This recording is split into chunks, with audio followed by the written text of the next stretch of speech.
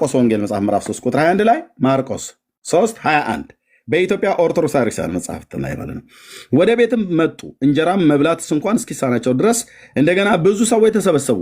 ዘመዶቹ ሰምተው አበደ ብለዋልና ሊይዙት መጡ ይላል። ዋት አበደ ብለዋልና ሊይዙት መጡ። ይሄ የት ነው ያመጣው? ኤርምያስ ከኢትዮጵያ ኦርቶዶክስ ተዋሕዶ ክርስቲያን 80 አሐዱ መጽሐፍ ቅዱስ መቼ?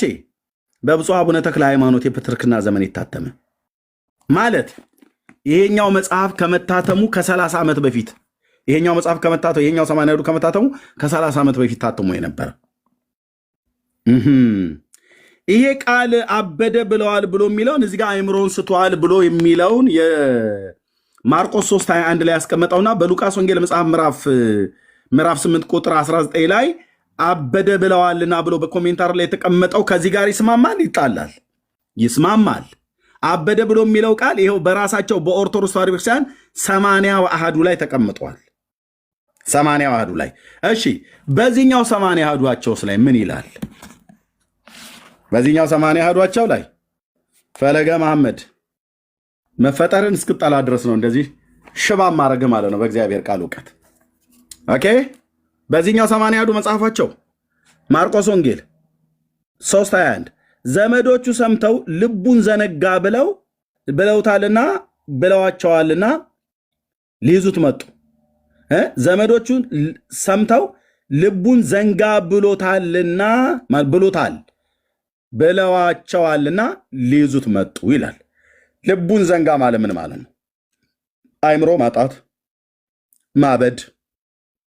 ማበድ፣ አእምሮ ማጣት። ማን ነው አንተን ተርጓሚ ያደረገ? ኤርምያስ ኧረ እኔ አልተረጎምኩም። ሊቃውንቱ ናቸው። አሁን መረጋገጥ ያለበት በፈለገ መሐመድ ትርጓሜ በኤንአይቪ በወንጌላውያኑ በእኛ ትርጉም ኤንአይቪ የምንቀበለው ዓለም አቀፍ ነው። ባይዘዌ በዚህ በምንቀበለው መጽሐፍታችን ላይ ሊቃውንቱ ከታች አበደ ብለዋልና ብሎ የሚለውን ቃል ስለተጠቀሙ ያው እያያችሁት ነው። እነሱ ገድላ ድርሳናት ላይ ያሉ የእኛን ጉር ለማውጣት ይሯሯጣሉ እንጂ እነሱን ገበና ይውላቸው ብሎ ነበር ሲጮህ የነበረው። እና በዕለተ እሑድ እቀብረዋለሁ ማለት ነው። ማለት ትምህርቱንና ውሸቱን ስተቱን የማንን የፈለገ መሐመድ በደንብ በዕለተ እሑድ አሁን 5 ሰዓት ሳይሞላ ስርዓተ ቀብሩን ፈጽመን እንሸኘዋለን ማለት ነው። በምን በእውቀት የማንን የዋሻትን ውሸት ያው በራሱ መጽሐፍት ላይ ልቡን ዘንጋ ብሎ ይላል በዚህኛው 80 አሐዱ ላይ፣ በዚህኛው ደግሞ አበደ ብለዋልና ይላል። ስለዚህ ይሄኛው 80 አሐዱ የቀደመው 80 አሐዱ የኦርቶዶክስ ይሄኛው አበደ ብለዋልና ብሎ ከዚሁ ከኛ ከኤንአይቪ ትርጉም ጋር ካለው ኮሜንታሪ ከሰጡት ጋር ይስማማል። ወይ ኤርምያስ ይሄ የኦርቶዶክስ ነው እያልከኝ ነው? አዎ። ይሄም የኦርቶዶክስ ነው? አዎ። ግዕዙስ ምን ይላል? ቅድም መርጌታ እንዳትናገር ያልኩት ለሱ ነበር። ወንጌል ቅዱስ ዘግዚእነ ወመድኃኒነ ኢየሱስ ክርስቶስ ወመጽሐፍቶሙ ለሐዋርያት ቅዱሳን ያው የማህበረ መጽሐፍ ቅዱስ በኢትዮጵያ በዚህ ክፍል ላይ ማርቆስ ምን ይላል?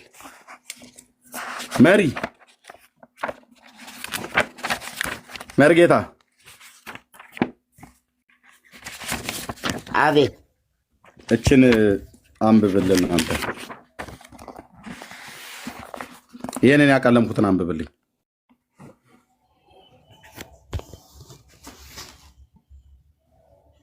ወበዊኦሙ ቤተ መጹ ካይበ አሕዛብ እሺ ብዙሃን እስከ እያበውህዎ ይብላ እክለ ወሰሚዖሙ አዝማዲሁ መጹ የአሃዝዎ እስመ አብደ ይቤልዎ ታዲያ አብዷል ብለዋልና ፈለገ መሐመድ ተደበቅበደ። እሺ አሁን ፈለገ መሐመድን ተደበቅ በሉት። ፈለገ መሐመድን ተደበቅ በሉት። ሼር አድርጉት። ይምጣና ከኔ ጋር ካወራ እስኪ እዚህ ያወራ። ያው ግዕዙ እስመ አብደ ይቤልዎ አበደ ብለዋልና። አብደ አይ አብደ ማለት አብደላ ማለት ነው ብለህ እንዳትተረጉም። በሊቃውንቱ ደግሞ መጣብሃለሁ በቋንቋው ማለት ነው። ስለዚህ የራሱን መጽሐፍ ራሱ እንኳን ሳያነብ ግዕዙን አላነበበም፣ ልብ በሉ። ይሄኛውንም አላነበበም፣ ልብ በሉ። ይሄኛውንም አላነበበም። ይሄ ሶስቱም የኦርቶዶክስ ታሪካዊ መጽሐፍት ነው። አዲስ ኪዳን ግዕዙ 80 አሐዱ የ2000 ዓመተ ምህረት 80 አሐዱ በብፁዕ አቡነ ተክለ ሃይማኖት። ምን ይሻላል? ምን ይሻላቸዋል እነዚህ የታክሲ ተራ ልጆች? ግዕዙ ያው አበደ ብለዋልና ይላል። አማርኛውም ይሄው አበደ ይላል። የቀድሞ የራሳቸው የኦርቶዶክስ።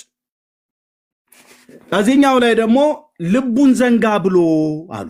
ልቡን ዘንጋ ብሎ ኦኬ። አብደ እኮ ማለት አንድም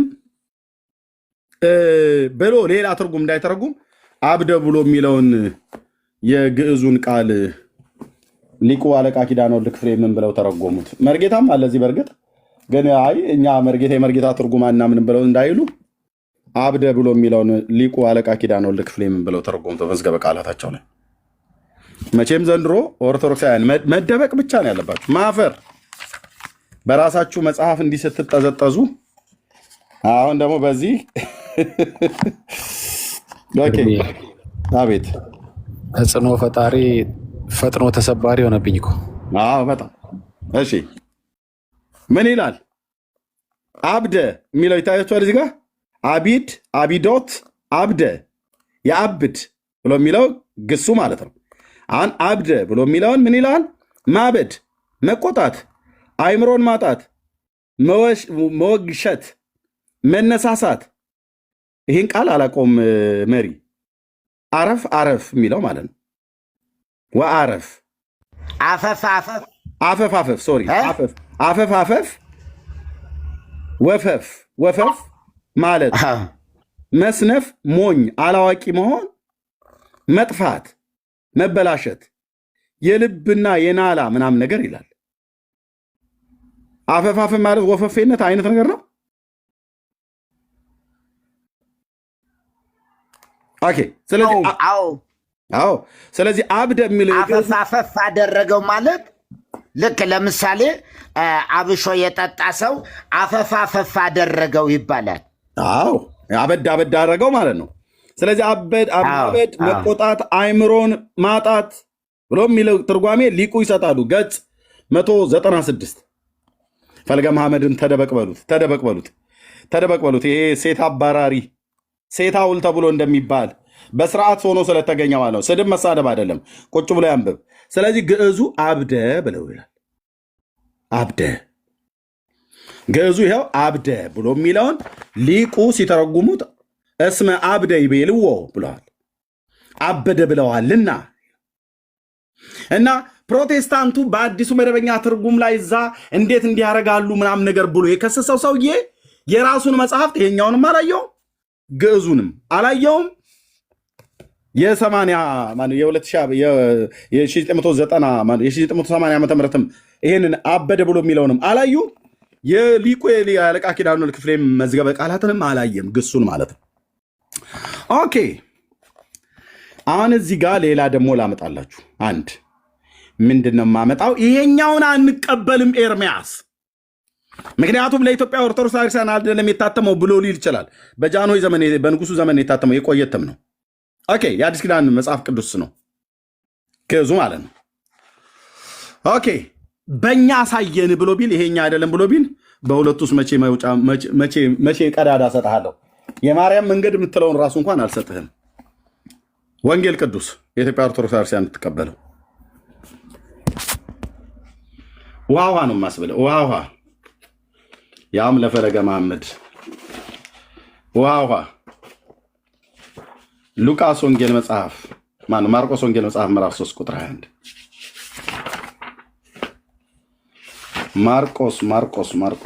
ማርቆስ ወንጌላዊ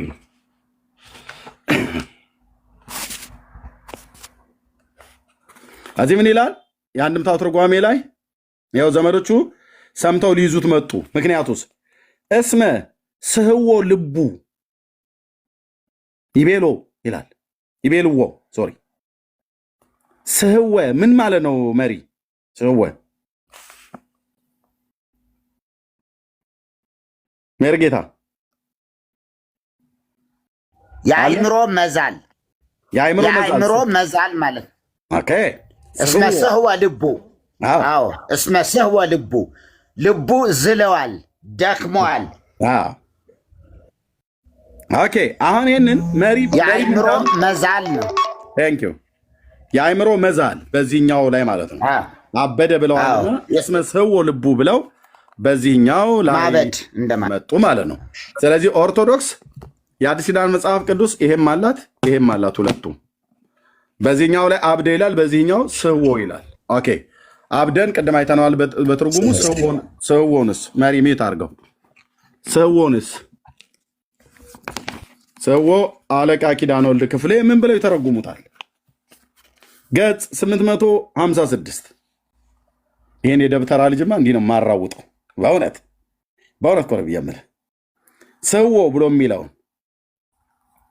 ሻ ብሎ የሚል እዚህ ትርጓሜው ላይ መርጌታ ተቀምጧል። ምን ማለት ነው? በዚህ በአንድምታ ትርጓሜ ላይ ሻ የምትለዋ ቃል ምንድን ናት?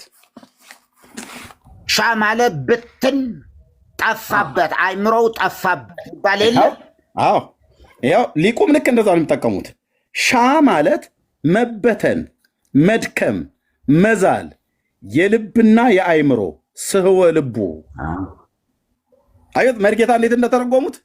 መርጌታ በትክክል የተረጎሙት መዝገበ ቃላቱ በትክክል ነው ያስቀምጠው። ስለዚህ ሻ ማለት መበተን፣ መድከም፣ መዛል የልብና የአይምሮ ስህወ ልቡ ልቡን ማጣት፣ ማበድ፣ መድከም፣ መዛል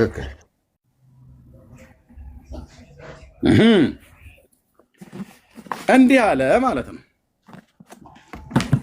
እንዲህ አለ ማለት ነው።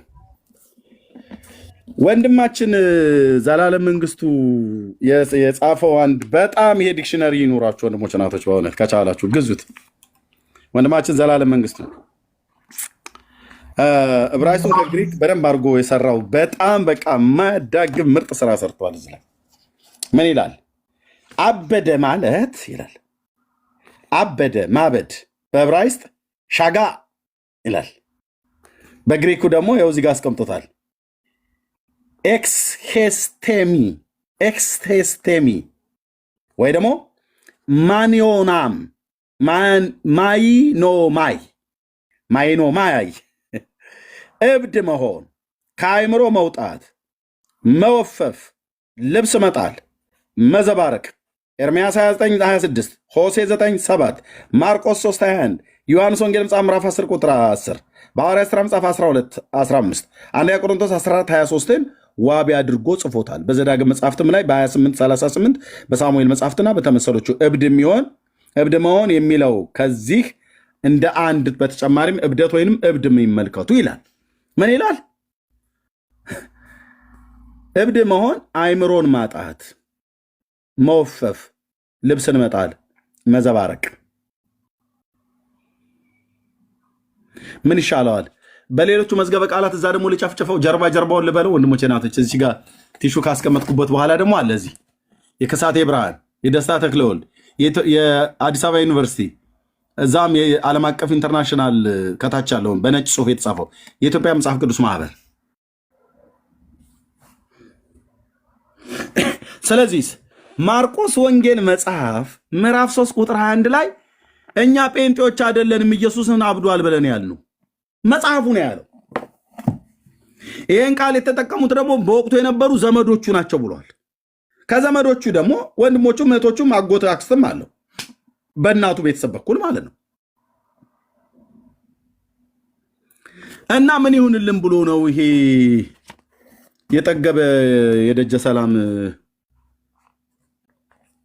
ወጠጤኛ ላይ የሚፈነጭብን ነው ብዬ የምልህ።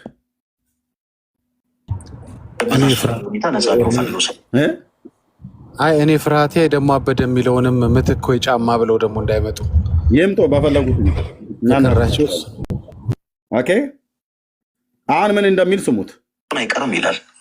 ኦኬ ሶ እንዲህ አይነት ትምህርት ጃኒ አጋንንታዊ ነው ወይንስ አይደለም? ይኸውላችሁ አሁን ይሄኛው ወንጌላዊ አማኝ መሆኑን እኔ አላውቅም። እህትየው ግን ነገረችኝ፣ አገልጋይ ነው ብሎ አሉ። ዳንኤል አለ እዚህ ውስጥ? ዳንኤል ምናልባት አንተ ሰውዬ ሄደህ ገብተህ ያወራው ሰውዬ አለ እዚህ ውስጥ? እንደዚህ እናድርግ ኤርሚ፣ ዳንኤል ሰርቫንት ነው የሚለው። ሁሉም ሰው ገብቶ ቴክስት ያደርግለት። ኦልሬዲ ነክቷል። መምጣት ከቻለ ይምጣ። ዳንኤል ሰርቫንት። አዎ ራሱ ዳንኤል ዘሰርቫንትም ይሄም ፈለገ መሐመድም ሁለቱም የመጽሐፍ ቅዱስ እውቀት የሌላቸው ምን እንደሚናገሩ ማያውቁ። ይኸውም ፕሮቴስታንት ነው ብላችሁ ስላላችሁኝ ነው። ይሄም የባሰበት ኤርሚ የዳንኤል ንግግር ግን የሚመስለኝ የሰይጣን ኢየሱስ ሰይጥኗል የሚለውን ይመስለኛል። አልቀበልም ያለው ይመስለኛል። ቪዲዮ እንደገና መስማት እንችላለን። እኔ ኦልሬዲ በኋላ ነው ሪከርድ ማድረጉን ላይ የጀመርኩት ነው እንዴ? እስኪ በደንብ ስላልሰማነው ቪዲዮን እስኪ አጠራጥሮኝ ነው። እንደግመዋለን። አብዷል ብለህ ታምናለህ ወይ ብዬ ነው የጠየቅኩት። ኢየሱስ ክርስቶስ አብዷል ብዬ አላምንም ያለው። በነገራችን ላይ በጣም የሚደንቃችሁ ነገር በዚህ መጽሐፍ ቅዱስ የሚያምኑ በወንጌላውያን ቤተክርስቲያናት ህብረት ውስጥ በካውንስል ውስጥ የተካተቱ ቤተ እምነቶች የተልእኮ ለትውልድን ቤተ እምነት አግልለዋል። ተልእኮ ለትውልድ የሚባለው ቤተ እምነት በወንጌላውያን ቤተክርስቲያናት ህብረት ውስጥ የተካተተ ቤተ እምነት አይደለም።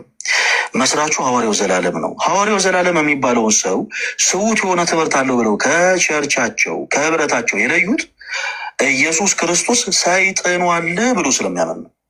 ሰይጥኗል ብሎ ስለሚያምን ነው። በጣም በሚደንቅ ሁኔታ አልሸሹም፣ ዞር አሉ ነው። ይኸው አሁን የትኛው ሰው ያስባል በእውነት መጽሐፍ ቅዱሱ ላይ እንደዚህ አይነት ጉድ እንዳለ? መጽሐፍ ቅዱሱ ላይ እና ኢየሱስ ክርስቶስ ሰይጥኗል ብሎ ያምናል ሐዋርያው ዘላለም። በዚህም የተነሳ ደግሞ ከወንጌላውያን አብያተ ክርስቲያናት ካውንስል ስውት በሆነ ትምህርት የተነሳ እንዳይካተት ተደርጓል። ተልእኮ ለትውልድ የሚባል ቤተ እምነት አሁን ለብቻው የሚካተት ቤተ እምነት ነው። እሱን ግን ያገለሉ ማጆሪቲው ወደ 64 የሚጠጉ ቤተ እምነቶች ግን መጽሐፍ ቅዱሳቸው ይኸው እንደዚህ ይላል። ኢየሱስ ክርስቶስ ይኸው አብዷል በማለት ይታያቸው። ይኸው የኢትዮጵያ ኦርቶዶክስ ቤተክርስቲያን 80 ያህዱ ይሄኛው አብዷል ይላል። ግዕዙ ይሄኛው አበደ ይላል። ኦኬ ይሄኛውም አዲሱ መደብ ነው። በዚህኛውም ወንጌል ቅዱስ ላይም አበደ ይላል። ሊቁ አለቃ ኪዳነ ወልድ ክፍሌ አበደ ብሎ የሚለውን ተርጉሞታል። አእምሮ ማጣት መጻት ብሎ የሚል ማለት ነው። እናስ ተኛ በሉት። እሺ ያው መኝታ ይወዳል አሉ። በመንፈሳዊም በስጋዊም ተኛ በሉት። ፈለገ መሐመድ ተኛ። አንተ አትናቴዎስ አይደለህም። ምክንያቱም እችን ቃል ንስሐ ገብተህ ይቅርታ እስካልጠየቅ ድረስ በዚች ቃል ራሱ ፈለገ ግን አፈፍ ያደርገዋል እንዴ? አይ በደንብ አሁን እዚች ጋር እችን ቃል ንስሐ እስካልገባ ድረስ የወንጌል አማኞች ይህን ሰው ስታገኙት ፈለገ መሐመድ ነው ማለት ያለባቸው። አትናቴዎስ የሚለው ስም ሊቀጸለት አይገባም። ምክንያቱም ቅዱስ አትናቴዎስ 66ቱ ቅዱሳት መጽሐፍት የእግዚአብሔር ቃል እንደሆነ በጽኑ ያምናል። ይሄ ግን የኢትዮጵያ ኦርቶዶክስ ቤተክርስቲያንም 66ቱ መጽሐፍ ቅዱስ የእግዚአብሔር ቃል እንደሆነ በጽኑ ታምናለች። ይሄ ሰውዬ ግን አያምንም። 66ቱ መጽሐፍ ምን አይነት መጽሐፍ ነው ይላል? 66ቱ መጽሐፍ እርኩስ መጽሐፍ ነው ብዬ አምናለሁ። መጽሐፉ እርኩስ ነው። አዎ ለእኔ እርኩስ ነው። መጽሐፉ ቅድስና ያለው መጽሐፍ ነው ብዬ አላምንም። ቅድስና ያለው መጽሐፍ ነው ብዬ አላምንም። ቅድስና ያለው ማለት የረከሰ መጽሐፍ ነው ማለት ነው። ኦኬ። ስለዚህ ማርቆስ ወንጌል መጽሐፍ ምዕራፍ 3 ቁጥር 21 ላይ የጠቀሰው ከረከሰ መጽሐፍት ላይ ነው፣ በእሱ አባባል ማለት ነው። ለረከሰ መጽሐፍ የረከሰ ሰውዬ ይከራከራል። ምንድነው? በእሱ አባባል 66ቱ መጽሐፍ ቅዱስ የረከሰ ነው። የረከሰውን መጽሐፍ የረከሰ ሰውዬ ይከራከርለታል። በእሱ አባባል መጽሐፍ ቅዱስን የረከሰ ነው ብሎ ስላሉ 66ቱ እርኩስ ለእርኩስ ይከራከራል ማለት ነው። እርኩስ ከሆነ ለምን ትከራከርለታለህ? እኔ እዚህ ውስጥ 1100 ሰዎች የምሰሙ የኢትዮጵያ ኦርቶዶክስ ቤተክርስቲያን ቁጥር 1 ከሚያሰድብ እልም ያለ ጋጦጥ የሚለው ቃል ገልጠው ካልሆነ በስተቀር እኔ እንዲህ አይነት ኦርቶዶክሳውያን አላየውም። የሚውለው ከነ አክሊሉ ጋር ነው። አክሊል በስንት እጥፍ ይበልጠዋል? ይሄን በስንት ጣዕሙ ትላለህ አክሊልን። አንድ ሰው ለምን እንዲህ ትላለህ ብሎ የተናገረው የለም። ይህ አሁን 27ቱ የአዲስ ኪዳን መጽሐፍት ነው ግዕዙ። 66ቱ መጽሐፍ ይሄኛው 80 ያዱ በ1947 ከመታተሙ በፊት 66 መጽሐፍትን የኢትዮጵያ ኦርቶዶክስ ክርስቲያን ለጥቅም ታውለዋለች። ይሄው በዚህኛው 80 አሐዱ ላይ አብዷል ብሎ የሚለው ቃል ተጽፏል። አንተ እዚህኛው አዲሱ መደበኛ ትርጉም ህዳጉ ላይ ነው አይደል የፈለከው? አብዷል ብሎ ይላል። ይሄኛው ግዕዙም አብዷል ይላል። በእርግጥ ግዕዝ አያውቅም፣ ግን ዲያቆን ነው። ያው የኔ በስራዬ ዲያቆን እንኳን ገብቶ ሰራይ ዲያቆን እንኳን ሆኖ እኔ ላይቀድስም ይችላል። ኤኒዌይ እሱ እዛው የሚፈልግበት ይተራመስ። ያ እስመ አብደ ይቤልዎ ይላል። አበደ ብለዋልና አብደ ግዕዙ ሁሉ ጭምር ሳይቀር አብዷል ብለውን ቃል ይጠቀማል።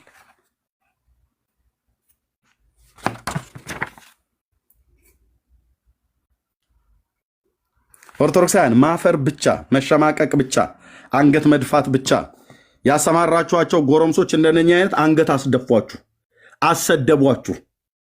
የራሳቸው መጽሐፍ ላይ እዚህ ማርቆስ ወንጌል መጽሐፍ ምዕራፍ 3 ቁጥር 21 ላይ አበደ ብለዋል ይላል። ይኸው በብፁዕ አቡነ ተክለ ሃይማኖት የፕትርክና ዘመን የታተመ ለኢትዮጵያ ኦርቶዶክስ ክርስቲያን የታተመ 80 አሐዱ መጽሐፍ ቅዱስ 1980 ዓ.ም ላይ የማርቆስ ወንጌል መጽሐፍ ምዕራፍ 3 ቁጥር 21 አበደ ብለዋል። አየ በመጀመሪያ የራስን ቤት ማጽዳት ነው። እኛ የራሳችንን እኮ ተናግረን ነው እናንተ ቤት መጣም ትክክል አይደላችሁም ብለን ምንል ሲሉ ሰምታ ብሎ እንደሚል ይኸው ዘመዶቹም ሰምተው አበደ ብለዋልና ሊይዙት መጡ። የማ መጽሐፍ ነው የሚለው? የኦርቶዶክስ። ግዕዙስ የኦርቶዶክስ፣ ይሄኛውስ የኦርቶዶክስ፣ ይሄኛውስ ወንጌል የኦርቶዶክስ። ሁሉም ዳ ብሎ የሚሉት አበደ። ይህን ሁሉ የእሱም ቤት ሳያይ እዩዋቸው መናፍቃን፣ የእመቤታችን ጠላቶች። እዚህ ላይ ህዳጉ ላይ ነው እንደውም ይሄን ያለው፣ በዚህኛው ህዳጉ ላይ ነው ያለው። በዋናው ግን ተመሳሳይ ነው ከኛ ጋር ማለት ምንም አንድ አይነት ስለሆነ ማለት ነው።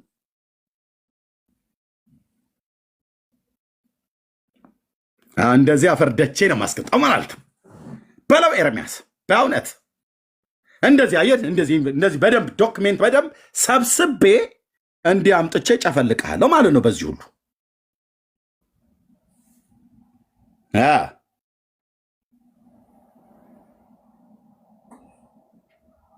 ወዛዱት ያ የምትወስዱበት ቦታ ላይ በውሃ ታፍኖም እንዳትገሉት እንጂ በውሃም ታፍኖ ይወጣለት ከሆነ ማለት ነው። ቁጭዋና አንብበሉት። አሰደብከን በሉት። አሰደብከን።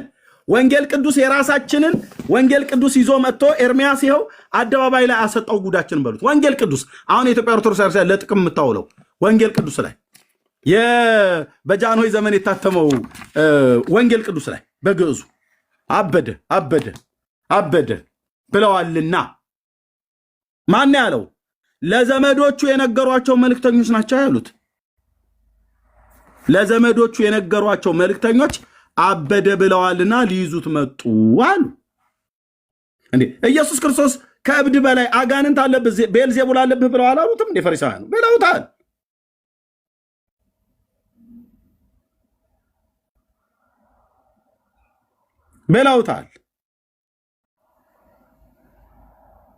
የአብርሃም አምላክ አንድ ቀን በሆነ አርዕስት ባገናኘኝ ከዚህ ሰው ጋር ላይቭ ላይ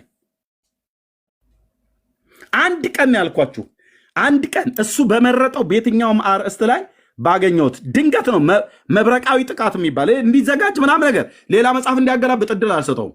እኔ እንደዚህ ቀነ ቀጠሮ ይዞ ማስታወቂያ ሰርተን ምናምን ነገር የለም፣ እንደዛ አይነት እድል አልሰጥም። መብረቃዊ ጥቃት ቀጥታ ማለት ድንገት ባልጠበቀው ባልተዘጋጀበት፣ እኔም ባልጠበቁት ባልተዘጋጀበት ጊዜ የሆነ አርዕስት ተነስቶ እዛው ጋር ይለይልናል ማለት ነው።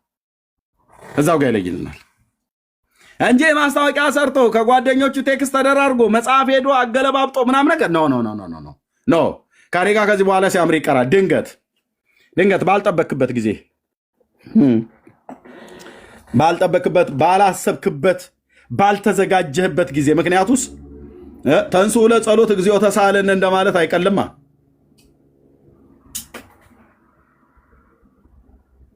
ይህን ጥጋበኛም አስተነፍሰው ነበር አልኩ በእውነት ሶሻል ሚዲያ ላይ ይሄንምዬ ምናልባት ይቅርታ ቤተክርስቲያኒቱ ራሱ የሚያውቃት አይመስለኝም። ምክንያቱም ቤተክርስቲያኒቱ ራሱ ቅዱስ ጳውሎስ መንፈሳዊ ኮሌጅ አለ። በ66ቱ ነው የምትሰጠው ትምህርቷን።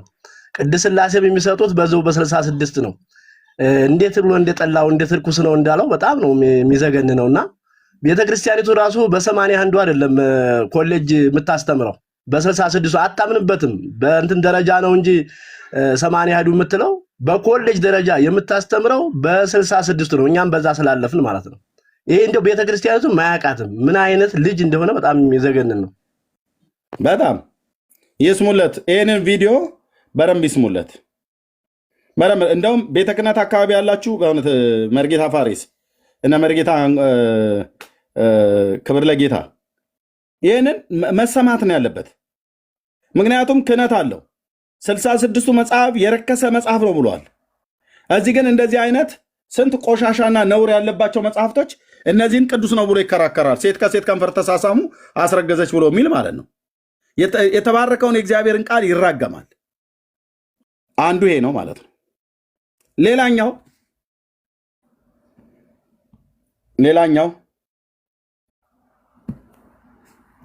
በአፉ ላይ አደረገ ማለት መሳም ነው እንዴ? አብዷል ብለህ ታምናለህ ወይ ብዬ ነው የጠየኩት። እጁንም በእጁ ላይ አድርጎ ተጋደመበት ይላል አይደል? በዛ አስተካከል ሆኖ ተኛ እንደማለት ነው። ላዩ ላይ ተኛበት እንደማለት ነው። እሱን ያንተን ትርጉም ሳይሆን አፉንም አፉ ላይ ያደረገ ይላል አይደል? ኦኬ እሺ። ትናንትና እኔ ዮኒ ቤት ሲጨፈጨፉ ኮተታቸው ሲራገፍ ሲመታ ቤት ከፈቱና ምን አሉ? አፉን በአፉ አድርጓል፣ አይኑንም በአይኑ አድርጓል። ማ ነቢዩ ኤልያስ እና ነቢዩ ኤልያስ ሬሳ ስሙ የለ ወይ ነው ይሄ ሰው የሚሟገተው። ሌላኛው የዘመናችን ጉዶች የታክሲ ተራ ልጆች እንዳላቸው ቀሲስ ዲበኩሉ ምን አለ? ነቢዩ ኤልሳ ከንፈር ስሞ የለ ወይ?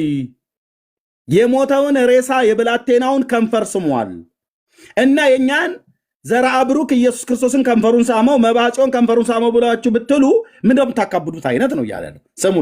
ስሙልኝማ ወደ እግዚአብሔር እንደዚህ ያደረገው ወደ እግዚአብሔር ከጸለየ በኋላ ነው አይደል? እንደዚህ ያደረገው መጀመሪያ ሲያደርግ እንደዛ ሲያደርግ እኮ ጸልዋል እንዴ? ወደ እግዚአብሔር ጸለያለና ወደ እግዚአብሔር ከጸለየ በኋላ ቁጥር አይተው ከሆነ 33 ላይ ገብቶም በሩን ዘጋ። በሩን ከሁለቱ በኋላ ዘጋ። ወደ እግዚአብሔርም ጸለየ ይላል። ወደ እግዚአብሔር ከጸለየ በኋላ ሕፃኑ ላይ አፉን አደረገበት ይላል አይደል? ልብ በሉ። ልክ ነው። እሺ ልክ ነው። አፉን አፉ ላይ ያደረገ ማለት አፉን ሳመው ማለት ነው አይደል? አያችሁት? ነቢዩ ኤልያስ ነቢዩ ኤልሳ በዛች በሞተው በሱናማይቷ ልጅ ሬሳ ላይ እጁን በእጁ አፉን ባፉ አይኑን በአይኑ ላይ አድርጎ ወደ እግዚአብሔር ጸልዮ ይህ ታላቅ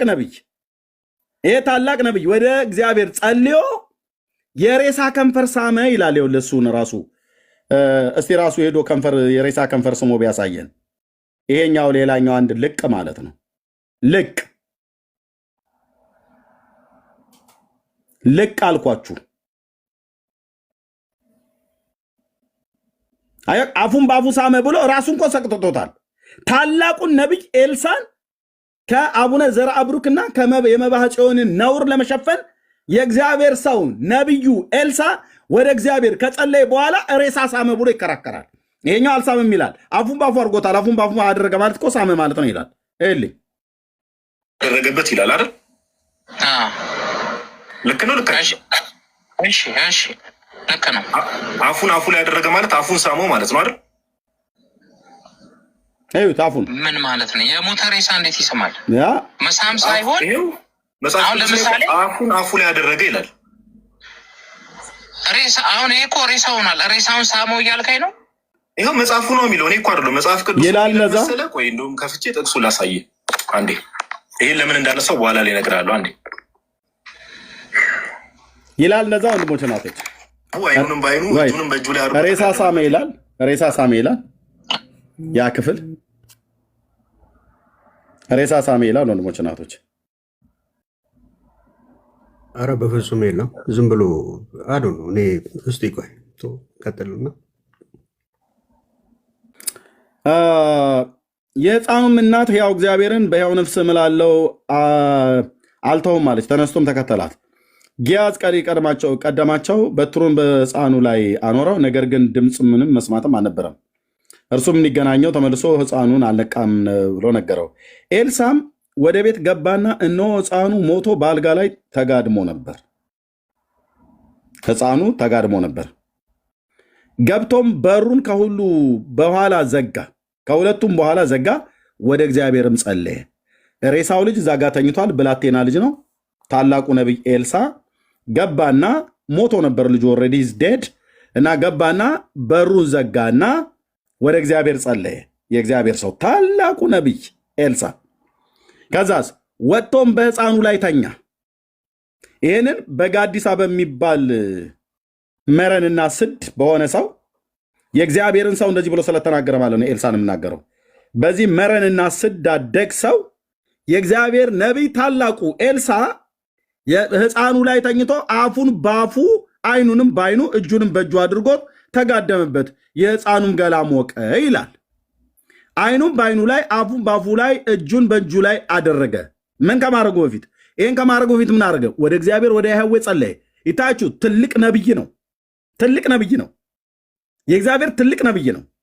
አፉን ባፉ አደረገ ብሎ የሚለው አይኑን ባደረገ ብሎ የሚለው እጁን በእጁ አደረገ ብሎ የሚለው አፉን ባፉ አደረገ ብሎ ማለት ከንፈሩን ሳመው፣ ሬሳ ሳመ። እኛ ኦርቶዶክሳዊት ቤተክርስቲያን ስታስተምረን እንዲህ ያስተማረችን ነብዩ ኤልሳ ሬሳ ስሟል፣ የሬሳ ከንፈር ስሟል ብላን ያስተማረችን እያለ ነው። ይሄ ሰውዬ ማለት ነው። የኢትዮጵያ ኦርቶዶክስ ቤተክርስቲያን ስለ ነብዩ ኤልሳ ስትነግረን ሬሳ ስሟል፣ የሬሳ ከንፈር ልክ መባዓ ጽዮን ከዘርአ ብሩክ መባዓ ጽዮን ከጌታ ከኢየሱስ ክርስቶስ ከመድኃኔዓለም ጋር እንደተባለ ዘርአ ብሩክ ከጌታችን ከኢየሱስ ክርስቶስ ጋር እንደተባባለ ስሜቱ እስኪመጣ ድረስ ሳመው ብለው ያልኑ ነውር ለመሸፈን ኤልሳ ነብዩ የሬሳውን ከንፈር ስሟል ብላ የኢትዮጵያ ኦርቶዶክስ ቤተክርስቲያን አስተምራናለች ብለው ሊሟገቱ መጡ ማለት ነው።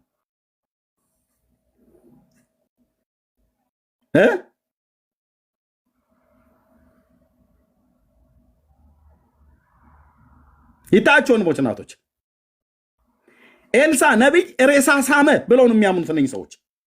ቤተክርስቲያንም እንዲህ ያስተማረችን ብለው ነው እየተናገሩ ያሉት። ምክንያቱም የሚናገሩት የቤተክርስቲያን ትምህርት ስለሆነ።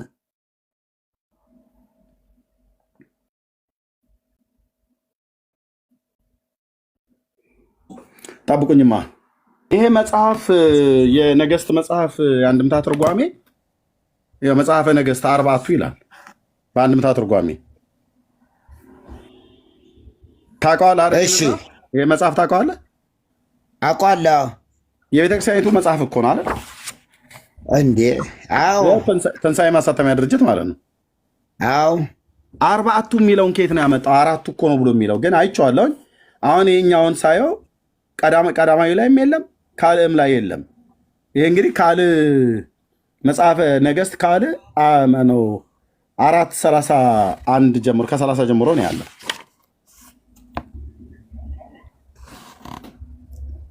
ኦኬ ምዕራፍ 4 ምዕራፍ 3 ነው ያየሁት። ኦኬ ካልዕ እሱን ነበርኩ እየነገርኩት 4:31 እሺ 4:31 ቆይ እሺ ስለቸኮልኩ ነው። መጽሐፈ ነገስት 4:31 3:31 ላይ ስላየሁት ነው። ይቅርታ 4:31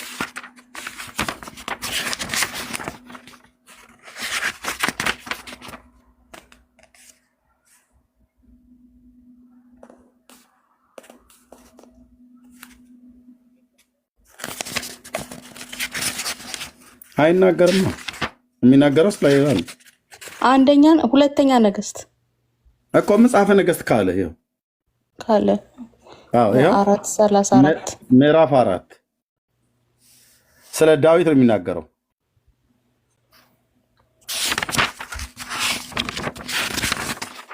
አይ መጽሐፍ ቅዱሱ ሁሉ 4:31 ላይ አይደል ያለው እህትዬው? 34 34 4:34 ያ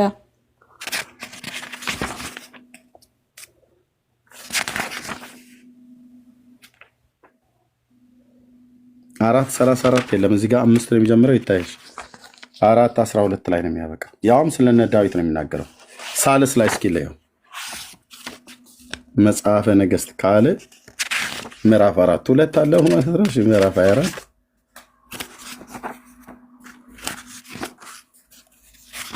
ምዕራፍ 19-18 ያለ መጽሐፈ ነገሥት ሳልስ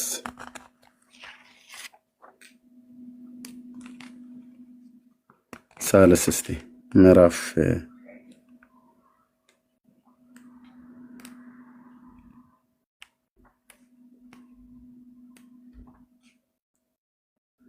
ምዕራፍ 3 ኤርሚ ሁለተኛ ነገሥት ላይ እኮ ነው ያለው። አዎ ግን እኔ በአንድምታው ትርጓሜ በራሳቸው መጽሐፍ ነው የፈለኩት ያለው ዳጊ የእነሱ የአንድምታ ትርጓሜ ላይ መጽሐፍ ቅዱስማ ቀድማ ነበርኩት እኮ ምዕራፍ 6 እንገርም ነው።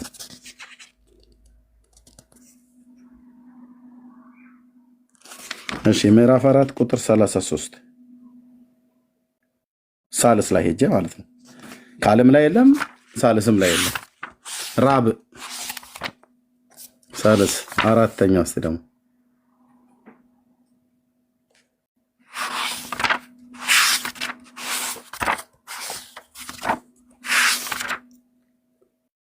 እሺ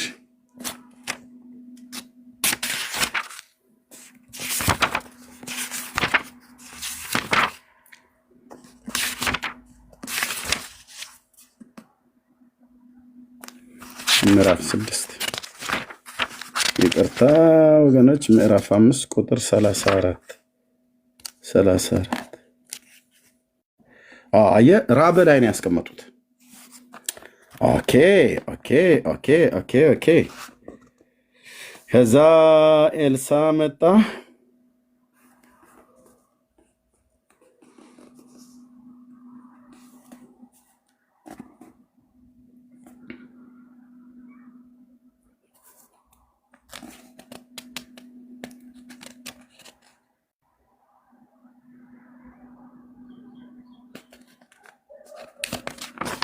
እሺ ከቁጥር 32 ጀምሮ ላንብብ። ያው ኤልሳም ከቤት ገብቶ ሕፃኑ ሙቶ በአልጋ ላይ ተኝቶ አገኘው። አንድምታውን ነው የአንድምታ ትርጓሜን ይቅርታ ወንድሞች የአንድምታ ትርጓሜን ነው ያስመጣሁት። የብሉይ ኪዳን ላይ ካለው የአንድምታ ትርጓሜ በምንም አያመልጡ በምንም እና ሞቶ ተኝቶ ነበር። ከዛ ኤልሳም ከቤት ውስጥ ገብቶ በሞተው ሕፃን በእርሱ ላይ እጁን ዘርግቶ ወደ እግዚአብሔር አመለከተ፣ ለመነ። ውዳሴ ከንቱ ስብሃት ብጡል ታምራት ያስቀራልና። ኤልሳም ምውት ወደ አለበት ወደ የሞተው ሬሳ ማለት ነው ወደ አለበት ሰገነት ወጥቶ በሕፃኑ ላይ ተኝቶ ለመነ፣ ወደ እግዚአብሔርም አመለከተ። ከዛስ ኤልሳም አፉን በአፉ አይኑን ከአይኑ እጁንም ከእጁ አድርጎ በሞተው ሕፃን ላይ ተኛ። የዚህ ብላቴናም አካል ሙቀተ ስጋ ሙቀተ ነፍስ አገኘች። ከዚህም በኋላ ኤልሳ ተነስቶ ከዚያ ወዲያ ወዲህ ተዟዟረ ይላል። አሁን ይሄኛው ወጠብሻ ጎረምሳ ስሞታል ከንፈሩን ብሎ የሚለው ልክ መባዓ ጽዮን እንደተሳሳመው እሱም ስሞታል ብሎ የሚለውን ኬታ መጣ? በራሳቸው የአንድምታ ትርጓሜ ማለት ነው። ይህ የአንድምታ ትርጓሜው ላይ ግዕዙን በተረጎሙበት ላይ እሱ እንደሚለው ከንፈሩን ሳመው አይልም።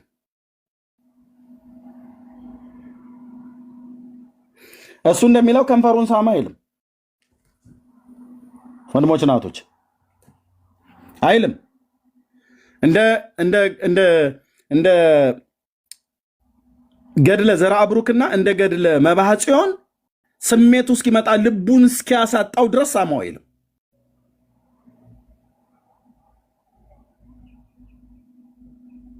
ልቡን እስኪያጣ ድረስ ሳመው አይልም። አሁን ምንድነው ያደረጉት? ለመደበቅ ብለው ሄደው በነገሥት መጽሐፍ ምዕራፍ 4 ላይ ያለውን ቃል ጠቅሰው ኤልሳም እኮ ምን እንደምትሉት ኤልሳም እኮ የሕፃኑ ልጅ ከንፈር ላይ አፉን አድርጓል ይላል። ኤልሳ ከንፈሩን ያደረገው ሬሳ ሊስም ነው ስትላቸው አዎ ይላል። ይሄ አዎ ይላል። ሬሳ ሊስም ነው። ይላል። ስሙት። በዛ ትክክል ሆኖ ተኛ እንደማለት ነው። ላዩ ላይ ተኛበት እንደማለት ነው። እሱን ያንተን ትርጉም ሳይሆን አፉንም አፉ ላይ ያደረገ ይላል አይደል? ኦኬ እሺ እሺ። ወደ እግዚአብሔር እንደዚህ ያደረገው ወደ እግዚአብሔር ከጸለየ በኋላ ነው አይደል? እንደዚህ ያደረገው መጀመሪያ ሲያደርግ እንደዛ ሲያደርግ እኮ ጸልዋል እንዴ? ወደ እግዚአብሔር ጸለያለና ወደ እግዚአብሔር ከጸለየ በኋላ ቁጥር አይተህ ከሆነ 33 ላይ ገብቶም በሩን ዘጋ። በሩን ከሁለቱ በኋላ ዘጋ። ወደ እግዚአብሔርም ጸለየ ይላል። ወደ እግዚአብሔር ከጸለየ በኋላ ሕፃኑ ላይ አፉን አደረገበት ይላል አይደል? ልክ ነው። ልክ እሺ እሺ፣ ልክ ነው። አፉን አፉ ላይ ያደረገ ማለት አፉን ሳመው ማለት ነው አይደል? ይላል። ምን ማለት ነው ይላል? አሁን አፉን ይኸውልህ፣ ወይ ይላል። አሁን ይኸውልህ፣ የአንድምታው ትርጓሜ እንኳን የራሳቸው ኤልሳም አፉን በአፉ አድርጎ አፉን ሳመው ይላል። ሬሳ ሳመ ይላል። አንድ ሰዓት ያህል ያለማቋረጥ መድኃኔዓለምን መብዓ ጽዮን ሳመው እንደተባለ ልቡን እስኪያሳጣው ድረስ ሳመ እንደተባለ ሳመ ይላል። ወንድሞች እናቶች፣ የራሳቸው የአንድምታ ትርጓሜ። ሶሪ የኛውን ሳልዘጋጅበት መጽሐፉ እንዳለኝ ወደ አይምሮ ሲመጣ ነው በመሀል የመጣሁት። አየህ ነበረኝ ማለት ነው አንድምታው ይላሉ። ወንድሞቼ የኢትዮጵያ ኦርቶዶክስ ቤተክርስቲያን ባሳተመችው ትንሣኤ ዘጉባኤ ማተሚያ ቤት በታተመው ቤተክርስቲያኒቱ አፉን በአፉ መሳሙ ሬሳ የመሳም አባዜ ይዞት ልክ እንደነ መብዓ ጽዮንና እነ ዘርአ ብሩክ እንደተሳሳሙት እንደዛ ተሳሳመ ብላለች አላለችም? ይሄኛው ግን ይውልኝ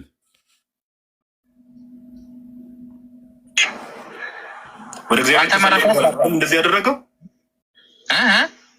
ወደ እግዚአብሔር ከጸለየ በኋላ ነው አይደል? እንደዚህ ያደረገው መጀመሪያ ሲያደርግ እንደዛ ሲያደርግ እኮ ጸልዋል እንዴ? ወደ እግዚአብሔር ጸለያለና ወደ እግዚአብሔር ከጸለየ በኋላ ቁጥር አይተህ ከሆነ 33 ላይ ገብቶም በሩን ዘጋ። በሩን ከሁለቱ በኋላ ዘጋ። ወደ እግዚአብሔርም ጸለየ ይላል። ወደ እግዚአብሔር ከጸለየ በኋላ ሕፃኑ ላይ አፉን አደረገበት ይላል አይደል? ልክ ነው። ልክ እሺ እሺ፣ ልክ ነው። አፉን አፉ ላይ ያደረገ ማለት አፉን ሳመው ማለት ነው አይደል? እዩት አፉን ራሱ እንዴት እንደሚያደርገው ሬሳ እንዴት ይስማል? ያለ መሳም ሳይ የሚናገረው ውሸት መሆኑን አፉን ከአፉ ላይ ማድረጉ አፉን ሳመው ማለት ነው ብሎ ካለ በኋላ ከንፈሩ እንዴት እንደሚያደርገው እንዴት እንደቀፈፈው ውሸት ነው የሚያወራው። ውሸት መሆኑን በታላቁ በእግዚአብሔር ነቢይ በኤልሳ ላይ ነው የሚዋሸው። የእነሱን ነውርና ቆሻሻ ነገር ለመደበቅ ብሎ ማለት ነው። የዘርአ ብሩክን ገድል የተጻፈ ቆሻሻ ነገር ለመደበቅ ብሎ ድርሳነ መድኃኔዓለም ወገድለ መብዓ ጽዮን የተጻፈውን ቆሻሻ ነገር ለማረም ከመሄድ ይልቅ ተሳስተናል አርሙ ብሎ ከማለት ይልቅ እዩት የሚሉት አፉ እንዴት እንደሚያደርገው እዩ። አፉን አፉ ላይ ያደረገ ማለት አፉን ሳመው ማለት ነው አይደል?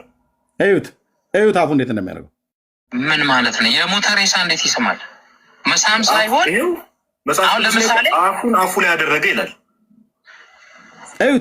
አሁን ይሄ እኮ ሬሳ ሆኗል። ሬሳውን ሳመው እያልከኝ ነው? ይኸው መጽሐፉ ነው የሚለው። እኔ እኮ አይደለም መጽሐፍ ቅዱሱ ምን ይላል? ጌታ አለ ሬሳውን ሳመው ይላል እንዴ? ሳመው የሚል ቃል አለ የአንድምታው ትርጓሜ ላይ። ኤልሳ አፉን በአፉ አይኑንም በአይኑ እጁንም በእጁ አድርጎ በሞተው ሕፃን ላይ ተኛ ይላል። ልክ መጽሐፍ ቅዱሱ እንደሚናገረው ነው የሚናገረው። አንደኛ የታላቅ ነብይ ወደ እግዚአብሔር ጸልዮ ሬሳ ይስማል? ወንድሞች እናቶቼ፣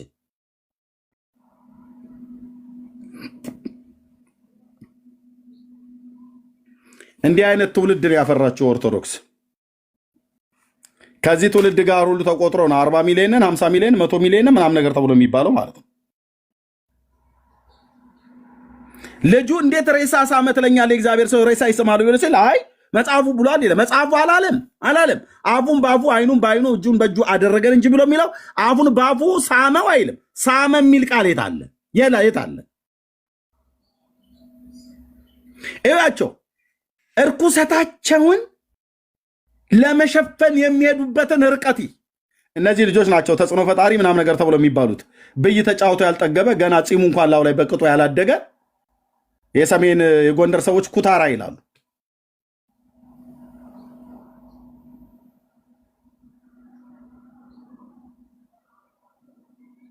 ያው የአንድምታው ትርጓሜ አባቶቻቸው እንኳን እንደዚህ ብለው አልተረጎሙትም። ታውቃለህ?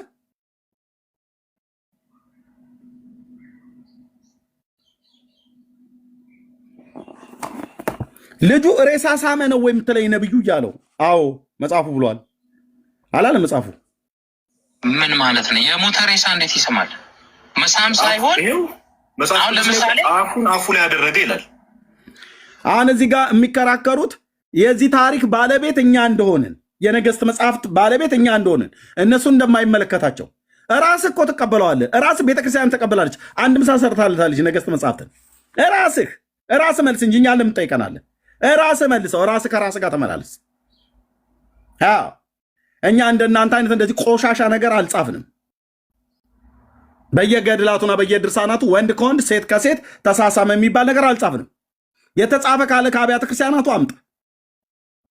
የነገስት መጽሐፍን ብጠይቀኝ አጥቤ ነበር ማሰጣ። የእውነት በወጣቶቹ ንግግር ይሄን ክፍል አፉን ከአፉ ሳመ ብሎ የሚል የለም። ሳመ የሚል የለም። ይህ አንድምታው ትርጓሜ የለም።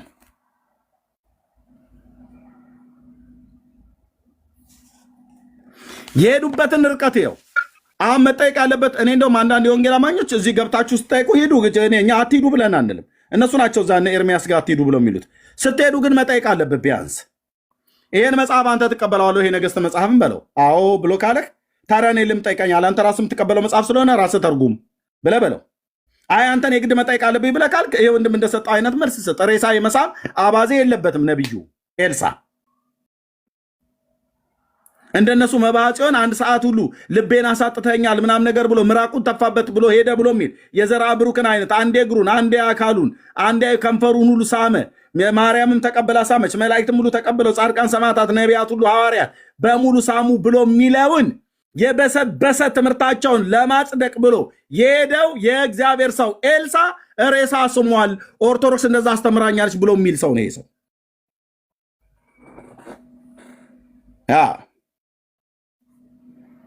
ንስሐ ነው እንጂ መግባት ያለባችሁ። አያው በአንድምታ ሁሉ ነው የማዋክብህ ማለት ነው።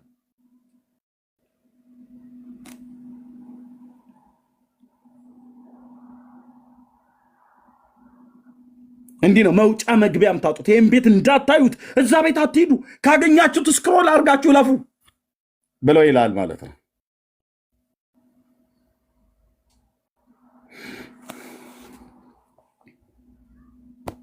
እኮ አይደለም የሚለው አፉን በአፉ ላይ ያደረገ ማለት መሳም ነው እንዴ? ምን ማለት ነው? አፉን በአፉ ላይ ያደረገ ምን ማለት ነው? በህይወት እያለ ቢሆን ችግር የለውም።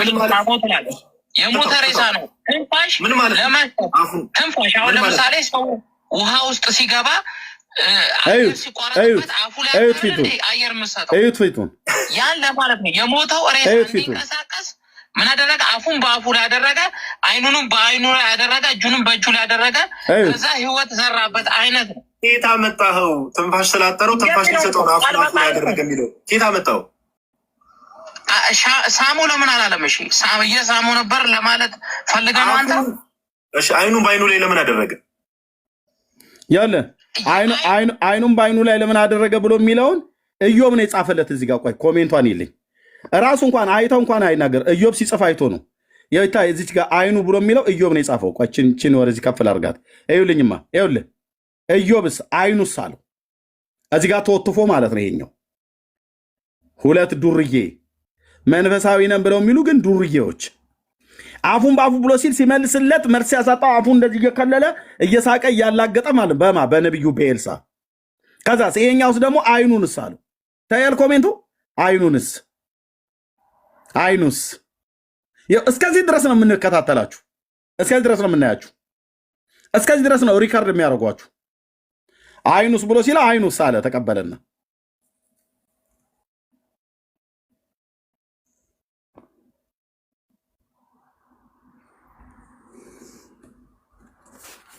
በቃ ተይዛችኋል። ሰማይ ምድሩ ከርቷችኋል። ኦርቶዶክሳውያን ዘመኑ ለእናንተ አልሆነም። ለምን? ውሸታችሁ የተገለጠበት ዘመን ሆነ። ዘመኑ ከእናንተ ጋር አልተባበረም። የዘመናት ጉዳችሁ ወጣ።